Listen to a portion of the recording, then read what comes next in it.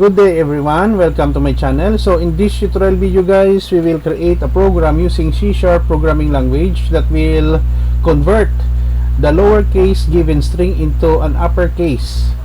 Before we start, I would like to say thank you so much to all my viewers, silent viewers, and supporters in my channel. Thank you for watching my videos. If you are new with my channel and then you like this video, please hit the like button. Don't forget to share and please support my channel guys by clicking the subscribe button. So let's begin. I will put a link in the video description guys so that you can download for free the source code in my two websites. Okay, so we have here, this one is already generated by our Visual Studio So I declare a string here, string str1. We have a string enclosed with double quotation, information technology.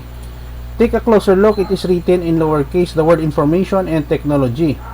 String convert to uppercase equals str1 dot to upper. In C# there is a built-in function to upper that will convert any lowercase characters or letters into an uppercase.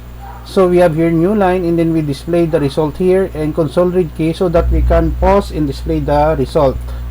Okay, so let us run the program so that we can see the result. Okay, so we have here information technology. The given string is in lowercase and then we have here the uppercase format.